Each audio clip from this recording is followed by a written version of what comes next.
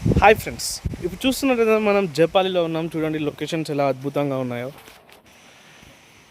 జపాలి తిరుపతిలోనే one of the beautiful place friends. ఇదేంటంటే ఇక్కడ హనుమంతుడు ఉంటాడు.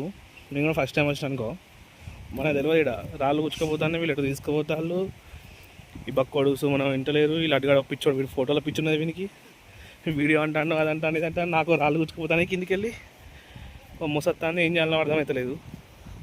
ఏదో కిందనే ఉంటుంది కదా అని వచ్చిన చెప్పాలి, కానీ మాస్తున్నాయి చెప్పాలి. రావాల్సిన ప్లేస్ ఇది. రావాలి ఇక్కడికి, కంపల్సరీ రావాలి. తిరుపతికి వచ్చినప్పుడు అస్సలే మిస్ చేయొద్దు. అర్థమైందా ఫ్రెండ్స్? చూసిరా ఫ్రెండ్స్, రాళ్ళు ఎట్లున్నాయో మొత్తం కుచ్చుకపోతానే. ఇగో కాళ్ళకు గుచ్చుకోపోతానే. మొత్తం అంతా ఘోరంగా ఉన్నది ఇడంతా. కానీ మంచిగా ఉన్నది, చూడాలి ప్లేస్ ఇది మనం.